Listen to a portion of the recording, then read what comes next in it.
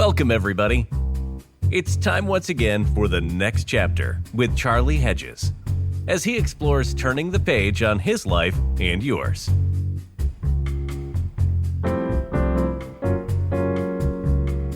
Welcome all to the next chapter with Charlie. It is so good to have you with us. Today's guest is author and emotional intelligence coach, Pamela Williams. I have never heard of an emotional intelligence coach, but I must say I am loving the concept. In her book, How Do I Find Love After Heartbreak, Pam isn't just addressing romantic wounds. She's diving deep into the mind-body-soul connection, revealing how unresolved emotions manifest themselves in physical pain throughout our lives. And these are some of the thoughts that will drive our conversation today. So let's bring on our special guest, Pamela Williams. It's such a treat to have you on the next chapter with Charlie. Hello. Thank you for having me, Charlie. It's wonderful to be here. Yeah, it will be great. After all of our listeners know that I have a conversation with my guest beforehand. And cool. And I got to tell you, Pamela and I had a wonderful conversation. If the podcast is a quarter as good as our conversation, we're going to have a great show. So I'm very much looking forward to it. Me too. I'm really excited. It's always great when it flows. Yeah, let's see how that goes. Okay. Before we get deep, and let's offer some clarity. What is an emotional intelligence coach? Well, simply speaking, an emotional intelligence coach, or what I do, I help my clients recognize and release emotional baggage.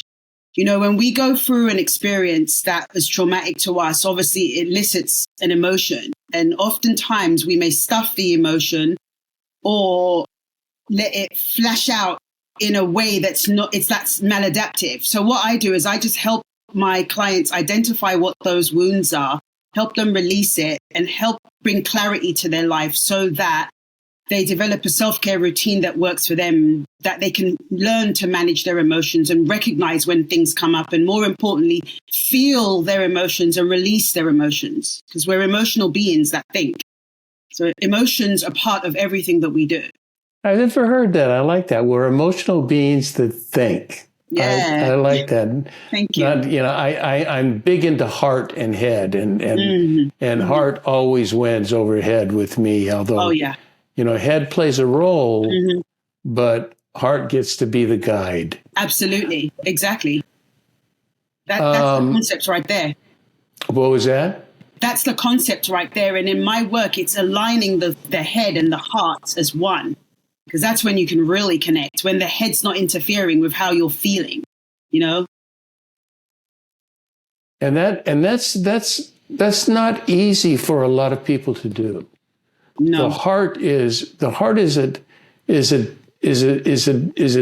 difficult, I hate even calling it an organ because I don't know what it is, but it's an interesting entity to try to understand, and one must at some point learn to dismiss logic and judgment and the whole thinking part of the process, and move into the feeling, symbolic, conceptual, move into that realm of operating the brain. Oh, I agree. I mean, it's funny because you hit on the point of not calling the heart an organ. I actually call the heart, it's the emotional processing center. It's where we process our emotions, you know? That's where, like, all our emotions are processed through the heart. Hence, when you hear lead with love, that's why love is the emotion that trumps everything. Like, if we can make decisions from that place of love, my gosh, not only will our lives be different, but the world would be so much different, you know? But oftentimes it's another like emotion that is fear. And fear is natural. Like it helps us to determine if we're in a fretful situation or not. But when you're making decisions out of fear, it can only lead down a path that it would be more negative and self-fulfilling, like a selfish way of, or selfish purpose it would lead to. But when you make decisions out of love, it's more of a, how can I say? It's more of a viewpoint that is less selfish, obviously, but you're looking at the greater good. So not just what's good for you, what's good for the other person too, or people. Well, we'll talk a lot more about fear, but in talking about fear, tell me it seems to me that the heart drives fear because it is an emotional response. However, the head, there's so much of the head that seems to attach itself to fear. It feels like my head loves fear and loves to try to resolve it, deal with it, run from it, hide from it. How do you see the relationship between the heart and the head regarding fear? Well, to me, fear settles in the gut and the stomach.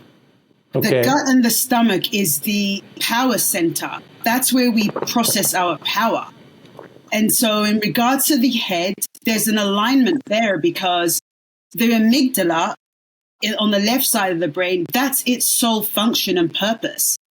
Its sole function and purpose is to determine if we're safe. So whenever information comes in through our senses and hits the amygdala, it's asking the question, am I safe? Am I safe? So we do have a region in our brain that is geared towards fear. I call that the fear center, to be honest.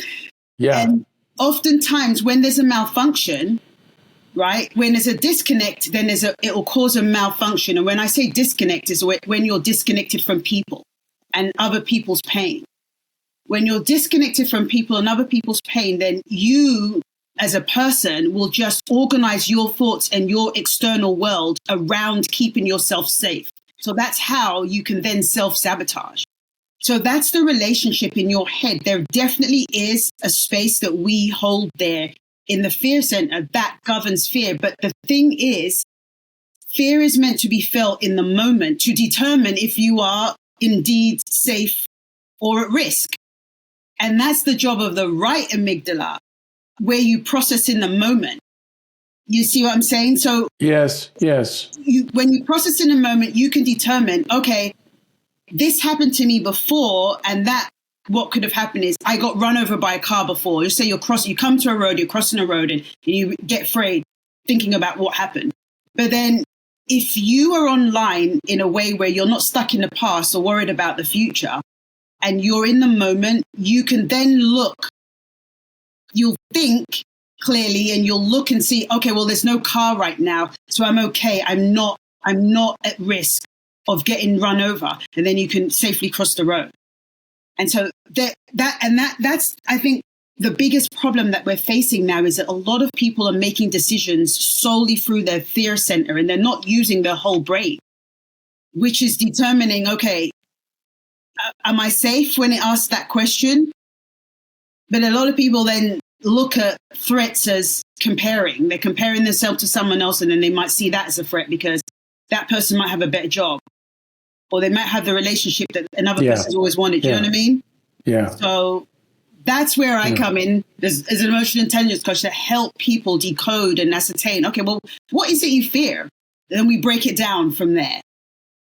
Let me offer you a new word. What's that? It's a Greek word. It's Koine Greek that the New Testament is written in Koine Greek. And, you were talking about the heart being the gut, that place, that sort of down low stomach sort of area. The Greek word, it's called koilia, Koilia. koilia, Koilia. and that refers to the Huh. gut, the heart, the gut, and that's what it's a very Greek, comes from, That's it comes interesting. from ancient Greek, and I love that concept of having an actual place, that has a name, Yes. that has a place. That has a place, that has a name, and that governs emotions, right? Yes. Oh, Yeah. yeah, it does. I have a question on emotional intelligence. And as I was looking it up and realizing what does an emotionally intelligent person, how do they differ from a person that's not emotionally intelligent? And one of the strongest that I read, for me, the result of effective emotional intelligence is the ability to regulate one's strongest feelings in a social setting. Oh, yeah. So they don't lash out.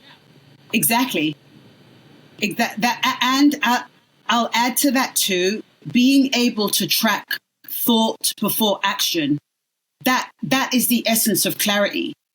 Because a lot of people, if you're emotionally intelligent, you'll have a thought that will come in and then you'll pause. You're not just going to, just so, for example, you were offended by somebody's verbal interaction with you. If you're not emotionally intelligent and if you're not able to track thought before action, you might respond or react, by just hitting that person. But if you're emotionally intelligent, the way you will frame that would be like, okay, well, maybe this person's just having a bad day. They hurt my feelings. It wasn't the coolest thing to do, but I'm not going to just react because maybe they're having a bad day. You will just check your action and you won't feed off what somebody else has done. So it's very true. You're able to regulate your emotion as such, but there's So it's a reconstruction of process. Yes. Yeah. Cognitive reframing. Exactly. Oh, I love when I accidentally use the right words. I was going to say reframing. I said, no, let me call it reconstruction. But we're in sync reframing here, Charlie. What's that? We're in sync here. Yeah. I'm not surprised.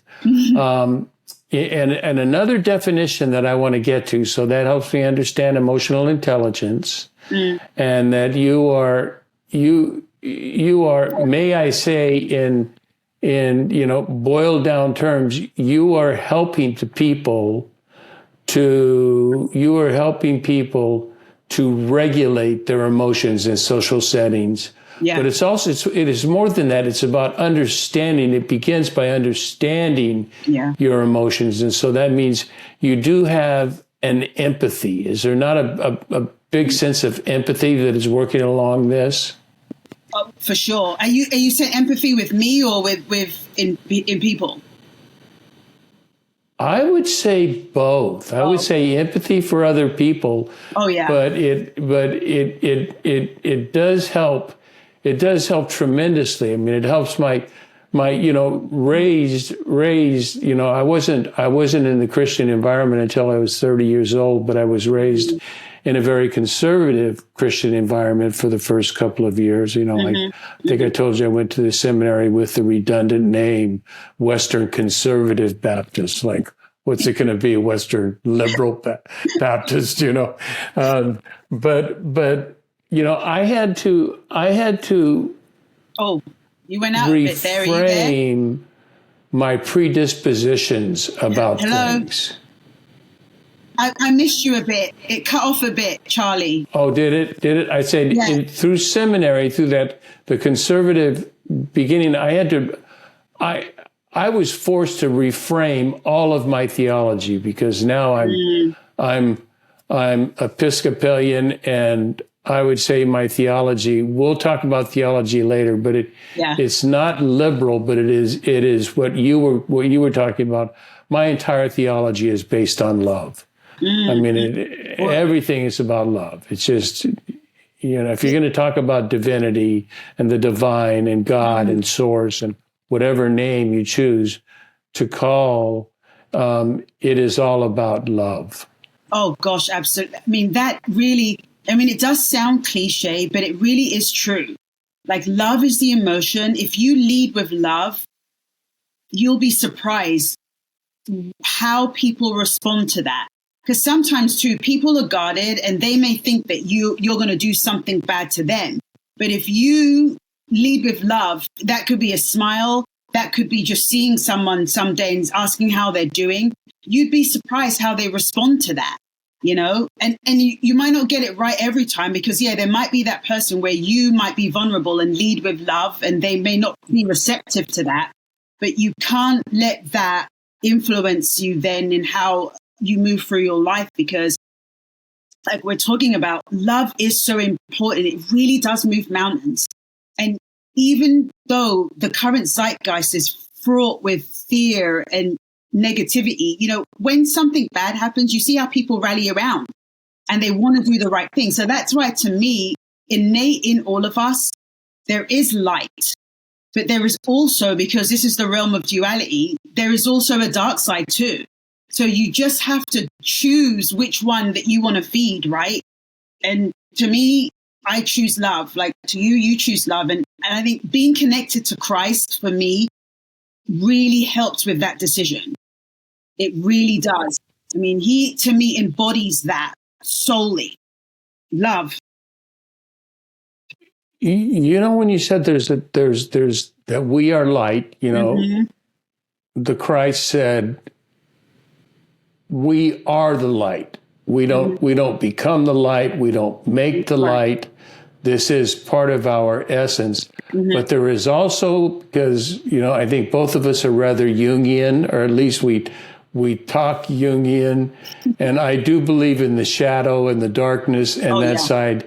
And you know, I think too many people are not conscious of their dark side, and that it doesn't have to be negative. It just is. It just is. This is his other side that I would be very incomplete without my dark side. I love my dark side. Yes.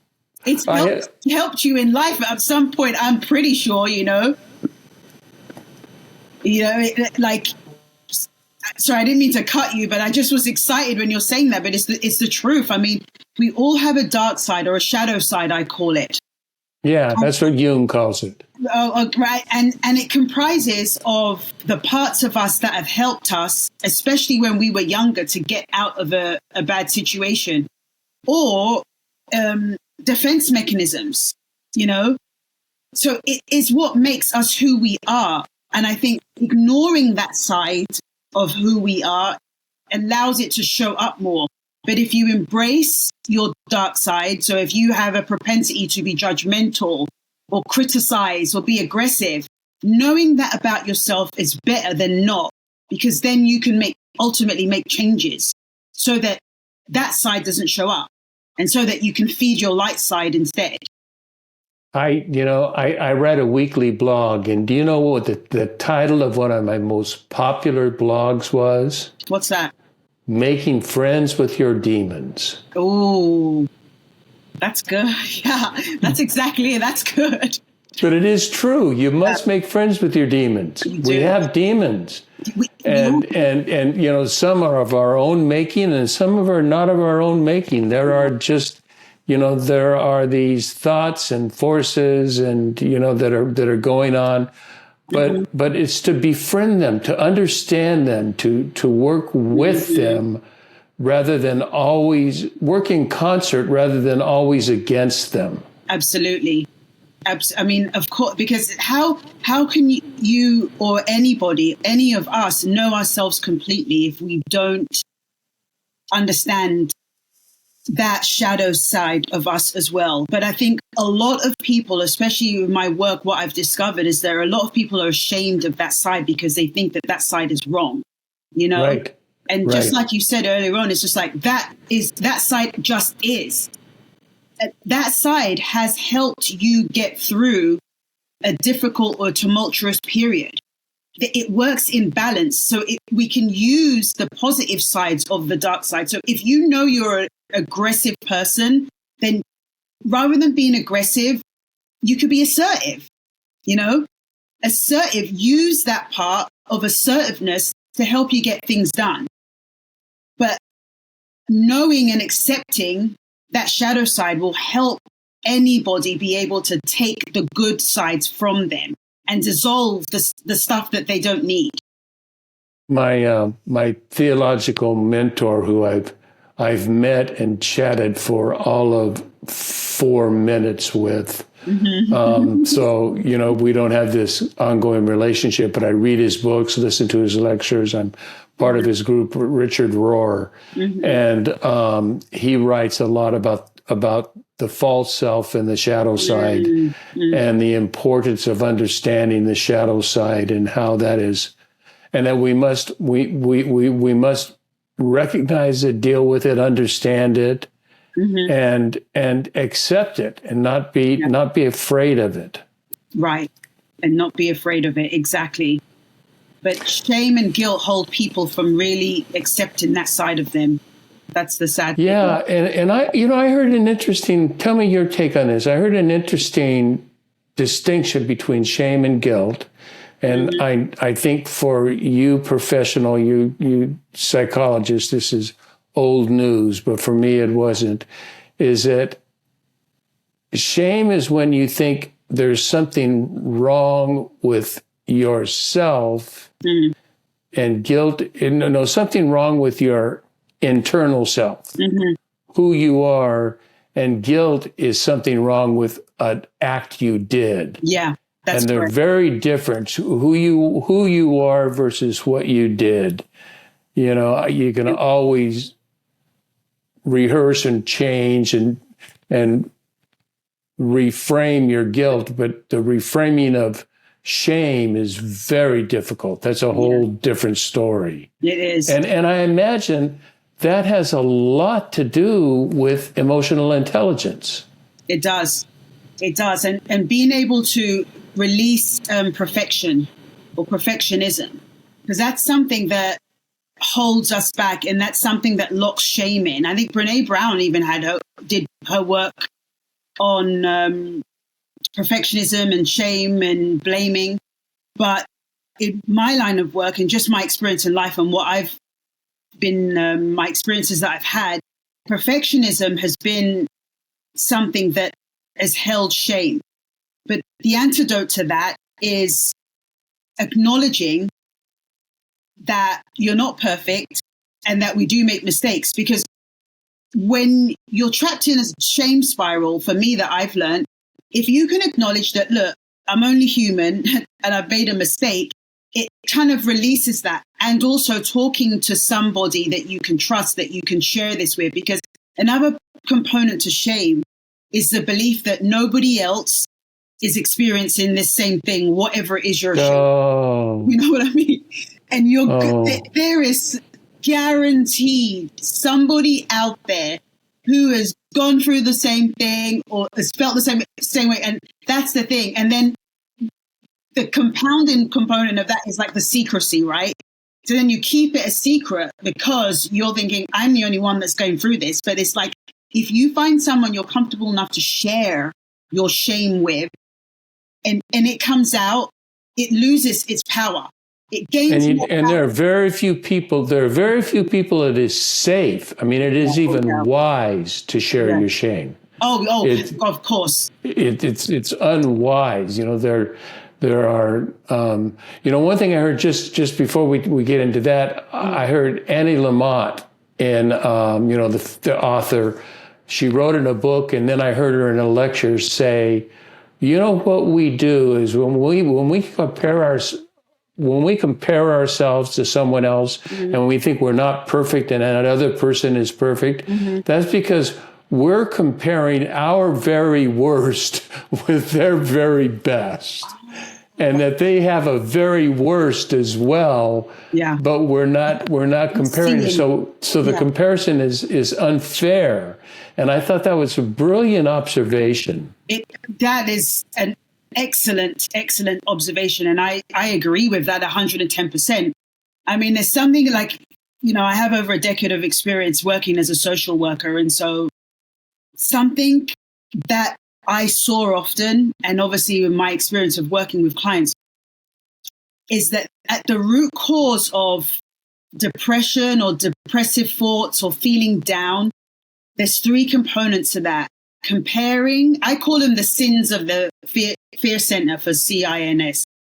Comparing, then identifying with the negative thoughts, and then not accepting your circumstances or what is. But the lead off to that is comparing. And that is just an act that takes you down the wrong path. Because as much as you can look at someone's life and think that it's perfect, guaranteed they're going through struggles and they're going through things as well that you might not be able to see. And that's one of the problems with Instagram. Like, I'm not on there for that reason. The only thing that I'm on, because my clients would be like, well, why aren't you here? And then I'm like, I was on all that stuff. And for my, I do this for a living, so I know what works for me. And for my emotional health, I prefer YouTube and LinkedIn. That's it. And that's because in this digital footprint, I have to be on something. But to me, those are a bit more bearable. Right. Comparing is rife. When I was on there, you would see, all these pictures and and even for me, I was like, you know what? I feel like I'm part of this problem, because it's like I've posted a picture, and it's not to say that I'm lying in this moment. I'm not. It's the truth. But you don't know what's going on behind the scenes, right? You could see this picture of us or me or whatever, but you don't know, hey, we're just a normal family. And sometimes, we do have disagreements with things in terms of with our marriage and things like that. And I just thought, it's such a recipe for disaster when you're constantly comparing to someone else, because guaranteed they have their shadows that they're working on too. And their life is not perfect. Absolutely. It's not. You know what helps me in this, and I'll get a little bit theological. I love it. I mean, it helps me a lot. And that is from the Old Testament prophets of Jeremiah and Ezekiel. Mm-hmm. And that's where you get the New Testament, the new covenant promises of what's coming in the Christ. And Ezekiel, I believe it is. It may be, no, I think it's Jeremiah that's quoted in the letter to the Hebrews. Mm-hmm. But in the statement to the letter from Ezekiel, he writes that God forgives our sin, which that's the cross. That's not new news. Mm-hmm. But you know what is new news? What's that? And he remembers it no more. Yes. He remembers it. And so to know that whatever I'm ashamed of or ashamed about, God is not. No. Divinity is not. Divinity is already forgiven that, has mercy on that, has grace on that, and is willing to continue to work on new occasions, but not on old occasions, because it's been forgotten. Exactly. and that's... Isn't that beautiful? It's magical and beautiful. And to me, with Jesus, I remember this was sometime a couple of years ago. I was struggling with letting go of an old hurt, actually. And I will talk to Jesus. I will just say out loud, and ask for something, and then I will receive a vision or something. And I said, how did you get over if somebody hurt or wronged you? And I saw an image of the Garden of Gethsemane when he was being arrested, and when Peter cut off the ear of the guard, right? And Jesus touched the ear and healed the ear straight away. And what came to me in that moment, what I saw was, oh my gosh, he just let go. He didn't hold grudges. He just understood.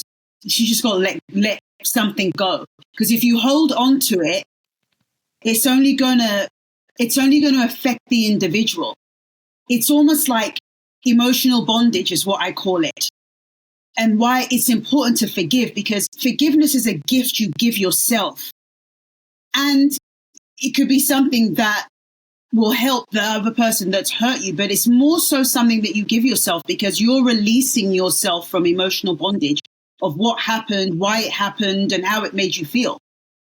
You know, a lot of hurts that we hold on to. Yeah. Thank you. A lot of hurts that we hold on to are because of what was done to us and the anger we have towards that person that hurt us. But if we're able to accept the reality in the moment it happens, my gosh, it propels us through a state of, okay, I don't have that baggage. This is my reality. Now, let me formulate a plan so that I can work through this new reality, you know? But the Almighty is just a master of masters. So, of course, that isn't anything. He's never going to hold a grudge or hold on to anything because no grudges. He all understands. No grudges. You know? So this sort of segues into a transition of where I want to change subjects a little bit. And, you know, you wrote your book about heartbreak. I think, and as I read in the introduction, I think one place to begin, because I'd like to talk about this and the full dimension of it, because I think you have a lot to say, is I think we need to redefine heartbreak because it encompasses so much more than just merely loss of a lover. Because we think of heartbreak as loss of a lover. That's and you know that's the first thing that comes to my mind, and my guess is our listeners, that's the first thing that's coming to their mind, and it is absolutely true. There is heartbreak over loss of a lover, but you define heartbreak much more broadly, don't you? Yeah, I absolutely do.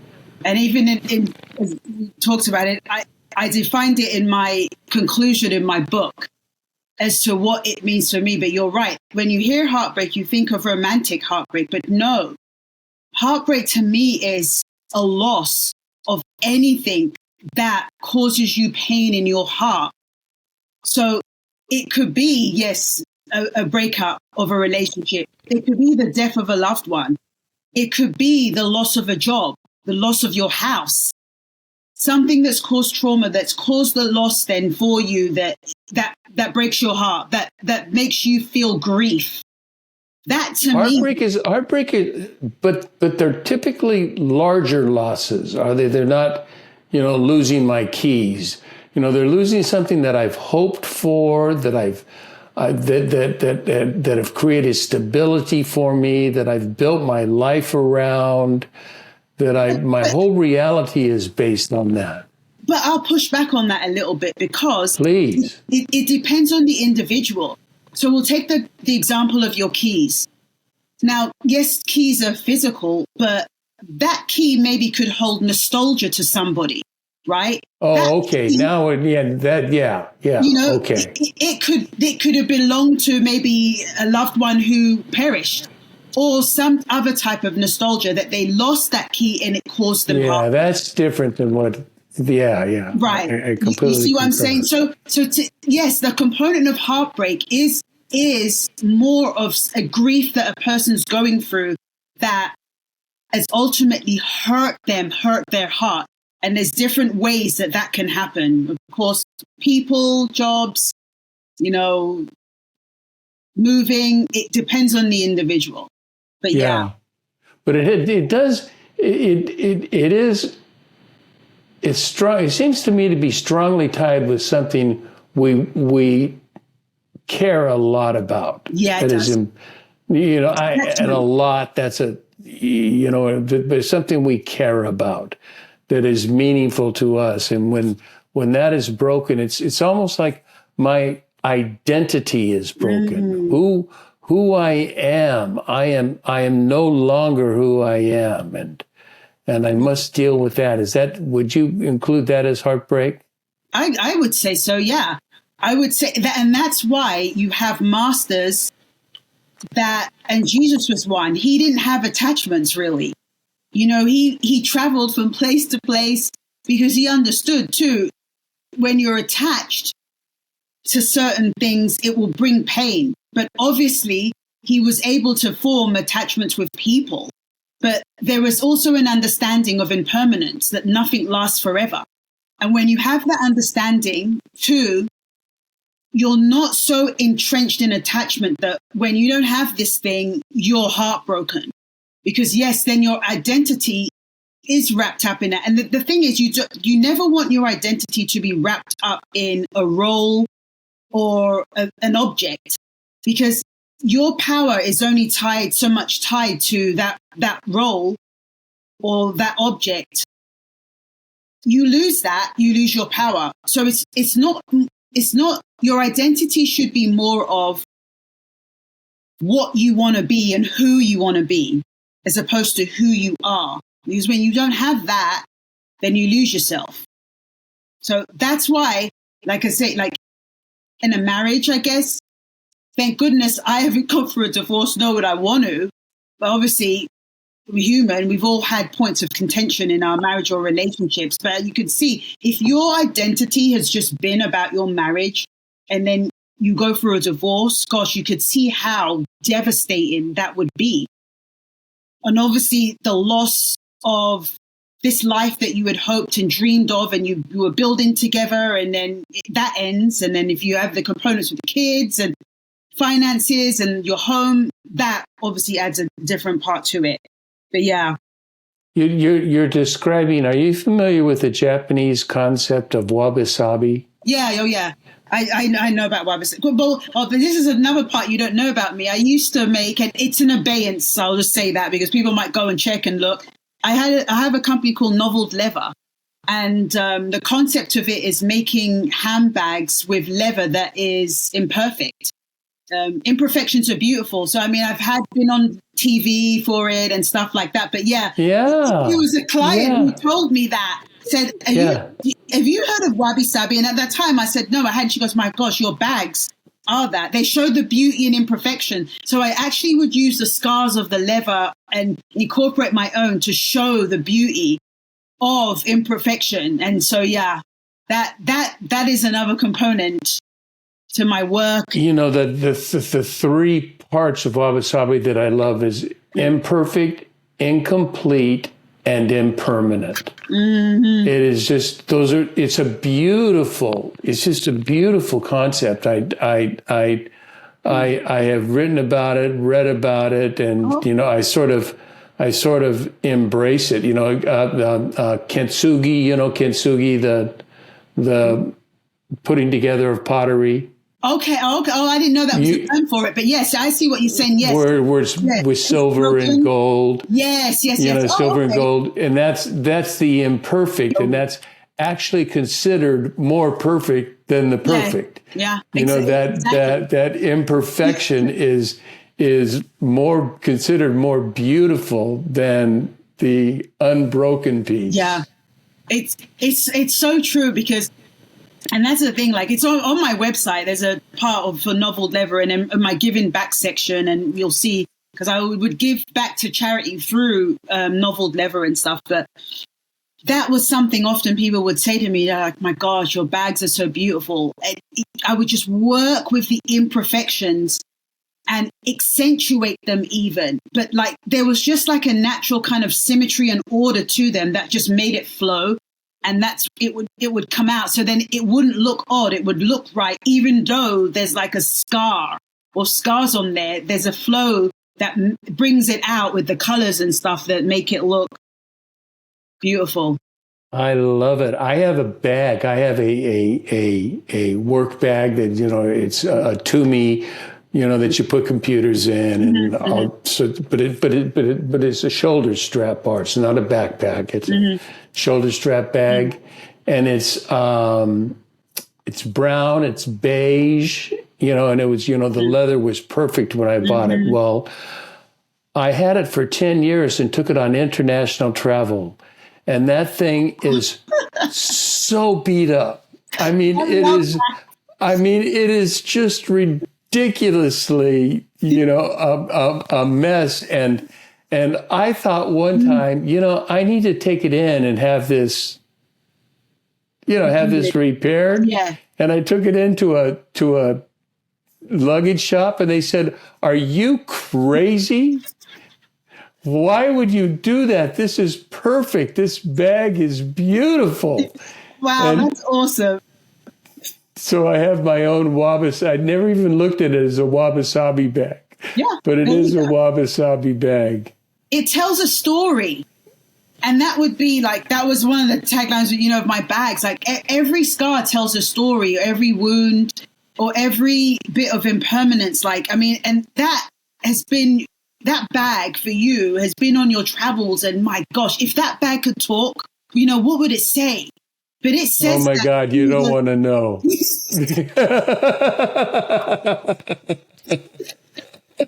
It knows too much. But see, that's the beauty of like the imperfections of that bag. It's speaking through that, right? Yes, from my imperfections. Yeah. One of the things we were talking about heartbreak, and about how to find love after heartbreak, and you've written about, and I think I'm quoting you, so you can please elaborate. It's that we need to discover how to overcome the resistance to forgive people who are not willing to apologize and make things right. Oh gosh. We think people are willing to apologize and make things right, but then the ones that are not, we just want to say, screw you. I don't want any part of it. And yet that damages you, does it not? Absolutely. Yeah, that fits into the component of what we were talking about with forgiveness. And what I learned was that, it's actually a gift that a person gives themselves. Because when you don't forgive, or you're waiting for that apology from a person that has wronged you, what you're doing is drinking poison and thinking that the other person is the recipient, and they're not.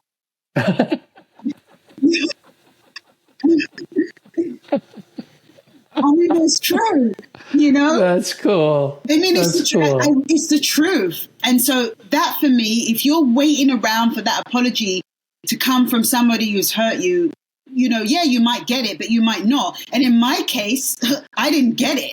So I had to figure out, because at first, so for me, I'm speaking from experience. What I do, I'm speaking from something that I've learned or from experience. And for me, I had to figure out that I had to keep moving forward, and I had to accept what happened, because that allowed me to let go and ultimately forgive. Because if I was waiting around for Warren, it wasn't going to happen. But it held me back. The waiting, or me expecting, or me just not knowing that I had to let go. I had to accept this is my reality. I'm a single mom and I'm going through judicial abuse. I'm alone. I'm a foreigner. How am I going to get through it? My son needs his needs, and I'm working. And I managed to knuckle down and do that, and not only build a house, but get out of there as well, out of a dangerous situation. And, as we talked about earlier today, to see, I just can't express the amount of pride I have to see my son about to graduate a month from today with honors and going to college, and he's been accepted to the honors program there too. You know what I mean? It's been a long journey, but my gosh, to get to this point is amazing. And that in itself is the power of letting go. Because I would still be stuck if I was waiting for an apology, right? Or holding on to anger and hurt. You know what I was thinking of, and it's on this topic, but it's a little different. But it really is something that's impacting me at the moment. What's that? And that's this person that let me get that. I want to give. And they won't make things right. It's about being right. And, I try to make a habit out of love and make love my inspiration. So for me to love people I know, people I'm familiar with, especially, you get people that are marginalized, disenfranchised. Those are easy to love, but you know what's not easy for me to love? What's that? Is people that disagree with me. Oh, that's interesting. I mean, not just I'm thinking mostly I'm thinking political. Yeah. Like I'm thinking that, one side of the political arena, Yeah. I so stand with him, but I think they're too far to their standards. And I think I am right until I understand they think as strongly as I think I'm right, they think they're right. Yeah. And there is no right, is there? There are better, but there are better and there's more progressive ways. Love finds a way to integrate, to work together, to find common denominators, how we can do this. But without that, but I am interested in loving those that I disagree with. And I'm really getting there. I've gone through this whole progression of understanding what the childhood is like of people on the far right and what the childhood is like on the people on the far left.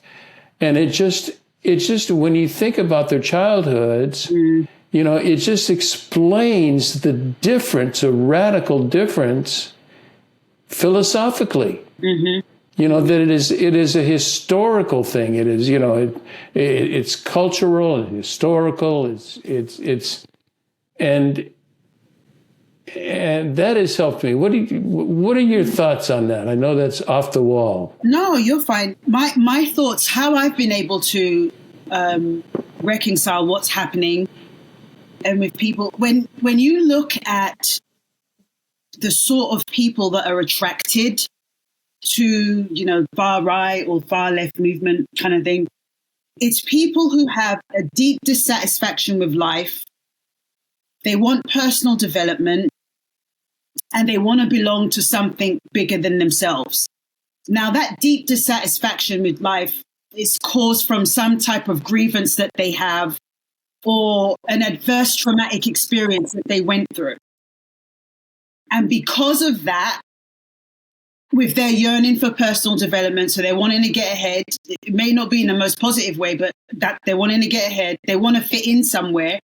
So rather than plugging into Christ or whoever that all may be for them, they're seeking that in a group, right?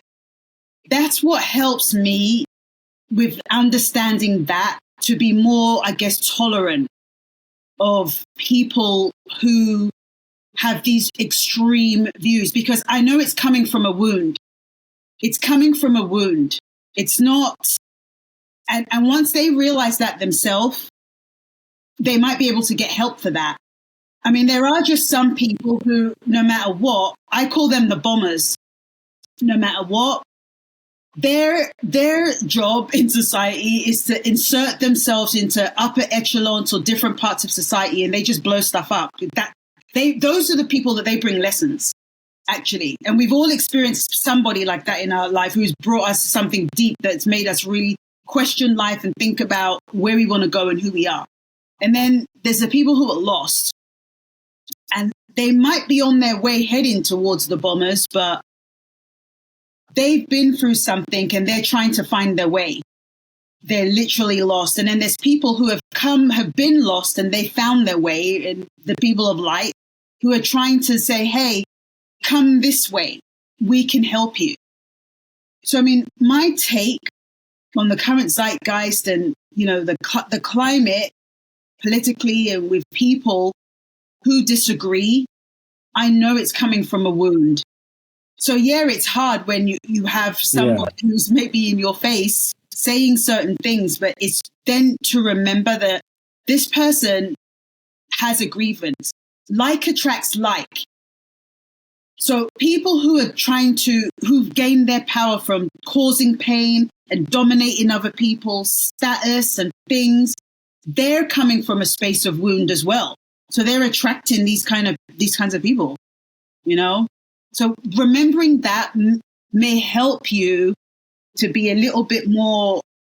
That's one of, and I said, I identified the childhood beliefs of left and right. Yeah. That is my childhood belief of the left. That is not my childhood belief of the right. Grievance, the right. The right, you know what, to me, the right is all about protection. And I'm not talking about the poor middle right, but your MAGA, your MAGA right. Yeah, it's about protecting. Protecting power. Well, it looks that way to some, but to them, it's not protecting power. It's just protecting what I have. I just I have a good life, and I just want to protect my good life, and I don't want any interruptions to my good life, and I think that is a big driver. But I think so too. Okay, so we're getting near the end of time, but we have to. Oh my goodness, how far are we? Where are we here? 50 minutes. 51. 10 minutes. 10 minutes left. I want to talk about core woundedness, and that's a big part of what you deal with is core woundedness, and that comes to heartbreak. I have limited myself to think of core woundedness as childhood. That 0 to 8-year-old stuff that happens. But you have enlightened me in saying core woundedness happens throughout your life. Like your core woundedness happened in your 20s, right? Yeah. I would say my teenage years, so probably like 15. Yeah, 15. I had an older brother who committed suicide. So that was the jump point for me, where that wasn't anything that I was obviously expecting. And that shifted my perspective of the world. I call it an adverse traumatic experience, but I don't believe it's just limited to your childhood. I mean, you could get to college or you could be an adult and go through an assault, a burglary, something that can happen to you that makes you feel trauma and the emotions that are generated from that shifts your perspective of the world. All of us can point to an event of a before and then what you were like after. And to me, it changed my view of the world in terms of like bad things can happen, like waiting for that shoe to drop, like and being blindsided because I just was never expecting anything like that. And I felt powerless, that powerlessness of not doing anything or not being able to do anything. So how do you resolve that? You have to go back to that place. Well, firstly, it's with somebody that you can trust, right? So either a licensed therapist or a coach, somebody who is versed in being able, or even a good friend, somebody that you can openly talk to about how you're feeling. And it involves not just checking in with yourself, but it's just a series of questions that you're going to ask yourself. You have to go back to what it was that happened that made you feel however it is you felt. So that could be abuse. It could be criticism. It could be rejection. It could be powerlessness. It could be feeling unloved. It could be abandoned, feeling abandoned. It could be shame. It could be shame. Whatever it is for you, that moment in time where you felt rejected, because that rejection will then produce the shame, right? And you then have to release. And you release it through words, through writing, but through acknowledging is the key. You have to release through acknowledging what happened and how it made you feel. And it sounds so simple, but it really is that. And knowing that your triggers, you'll be triggered, it will come up again. So then you have to do the process all over again. It's not just like, depends on how embedded your wound is. It will come up again, but you have to keep working at it. What it was that happened and how it made you feel. Sorry. Right. I am so fortunate. I have a friend that we developed a friendship in 1987. Oh, wow. And I we've, was 8. what's that? I was 8. I know.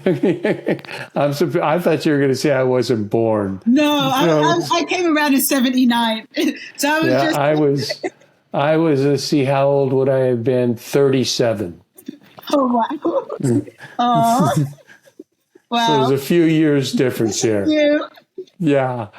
And this friend, we've always been very good friends and very, very open, very, very vulnerable with one another. But in the last couple of years, we have gotten incalculably, another word, we've gotten very, very vulnerable, and where I can tell this man anything, Pamela, anything. I don't care what it is. It's my deepest, darkest shadow side, my deepest, darkest, whatever I'm most ashamed of or don't want to admit, or whatever I'm sad about or whatever I'm feeling. And I am, and he handles this with such wonder.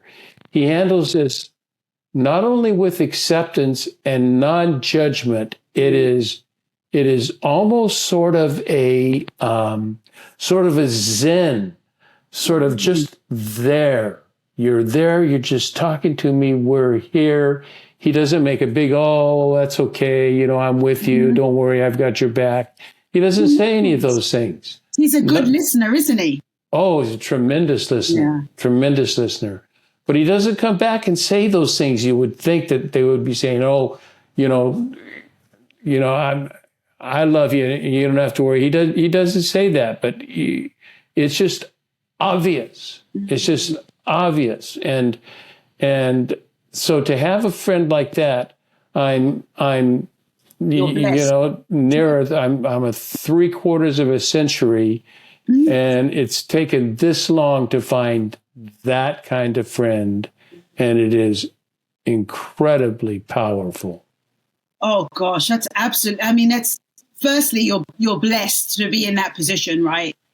Because that's the key, to have somebody in your life that you can just be that comfortable and vulnerable and be yourself, that you can just share whatever it is you need to share to release the emotion and the baggage. And it's not a constant barrage of that. It's not like every conversation. It's like once a month. Maybe something comes up, and when something comes up, I can be real. Yeah. I don't have to couch it. I don't have to say, oh, there's an issue I'm dealing with that I'd rather not talk about. I just say, it's never that. Here's the issue. Right. It's beautiful. That's absolutely beautiful. Yeah. Well, Pamela Williams, you are the best. You're one of my favorites already. Aww. And I want to thank you so much for spending time with me today. Thank you for having me. I've enjoyed this conversation so much, and the flow, and, we get deep, and I love that. That's like my soul. That's my essence too. I love to get deep and to help people. That's the thing. In the links, I want everybody to know I have a link to your book on Amazon, and I have a link to your podcast, to your website. Thank you. That's and very so kind. So people can get a hold of you there, and I hope people do. Thank you. Okay. So I also want to thank everybody for tuning in to the next chapter with Charlie. And until next, this is Charlie Hedges signing off. Bye for now.